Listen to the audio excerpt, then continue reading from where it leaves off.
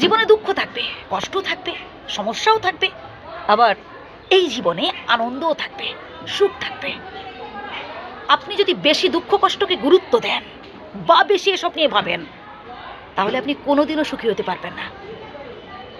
ভাবুন নিজেকে নিয়ে, ভাবুন নিজেকে কি করে সুখী করতে পারবেন। দুঃখ কষ্টকে নিয়ে বেশি ভাবছেন কেন? যে বিষয়টাকে যত বেশি পাত্তা দেবেন, যত বেশি গুরুত্ব দেবেন, সেই দেখবেন আপনাকে আস্তে পৃষ্ঠে জড়িয়ে রাখবে, আপনার থেকে ছেড়েই যেতে চাইবে না। আরে বন্ধু, জীবনে যদি দুঃখ না আসে, জীবনে যদি কষ্ট না আসে, আসলে সুখটা কি এটা বুঝবেন কি করে? সব কিছু টেস্ট করতে হবে তো, নাকি? আচ্ছা বলুন তো, আজ এই ছোটোখাটো দুঃখ কষ্টগুলো যদি আপনি গ্রহণ করতে না পারেন, এরপরে যে আরও ভয়ানক দুঃখ কষ্ট আসছে, তখন কি করবেন? হাসি মুখে গ্রহণ করুন, এটা বলতে থাকুন, আসুক দুঃখ, আসুক কষ্ট, আমি নিজেকে থামাবো না, আমি সামনের দিকে এগিয়ে যাব। এভাবে নিজেকে মোটিভেট করুন। ভালো কিছু পেতে গেলে না অনেক কষ্ট, অনেক অপমান, অনেক অবহেলা সহ্য করতে হয়। আরে বন্ধু, কিছু কিছু মানুষ থাকবে যারা প্রথম প্রথম আপনাকে উৎসাহ দেবে, তারপর ধীরে ধীরে তারা সরে যাবে। আবার কিছু কিছু মানুষ থাকবে যারা আপনাকে ভয় দেখাবে, যারা মনের বল নষ্ট করে দেবে, যারা আপনাকে দুর্বল করে তুলবে। এটা করিস না, তুই একা পারবি না, তোর অনেক লস হয়ে যেতে পারে, ইত্যাদি ইত্যাদি নানান কথা বলবে। আসলে ওরা না নিজেদের ভালো করতে পারে, না অপরের ভালো দেখতে পারে, না অপরের ভালো চাইতে পারে। বন্ধু, আপনি যদি ভালো মানুষ হয়ে থাকেন, ভালো কাজ করে থাকেন, চিন্তা ভাবনা ভালো হয়, তাহলে স্বয়ং বিধাতা আপনার সাথে থাকবেন, আমি কথা দিলাম।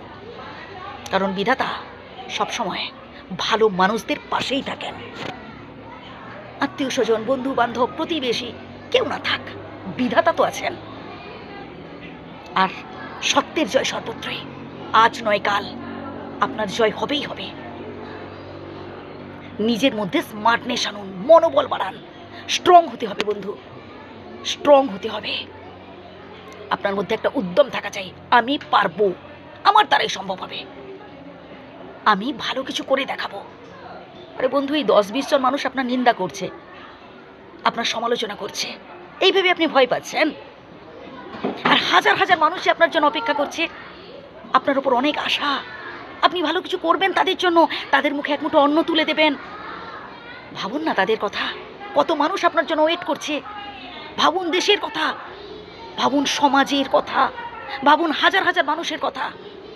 আর তা না ভেবে আপনি 10-20 জন মানুষকে ভাবছেন, যারা আপনাকে গুরুত্ব দেয় না, যারা আপনার নিন্দা করে, যারা আপনাকে অপমান করে, যারা আপনার অবহেলা করে, আপনি তাদেরই গুরুত্ব দিচ্ছেন, তাদের কথা বসে বসে ভাবছেন, আর আপনার মূল্যবান সময় নষ্ট করছেন। এবার থেকে, এই মুহূর্ত থেকে নতুন কিছু ভাবুন। যে কথাগুলো বললাম প্রথম থেকে শুনুন, আর নিজেকে মোটিভেট করুন, সামনের দিকে এগিয়ে যান।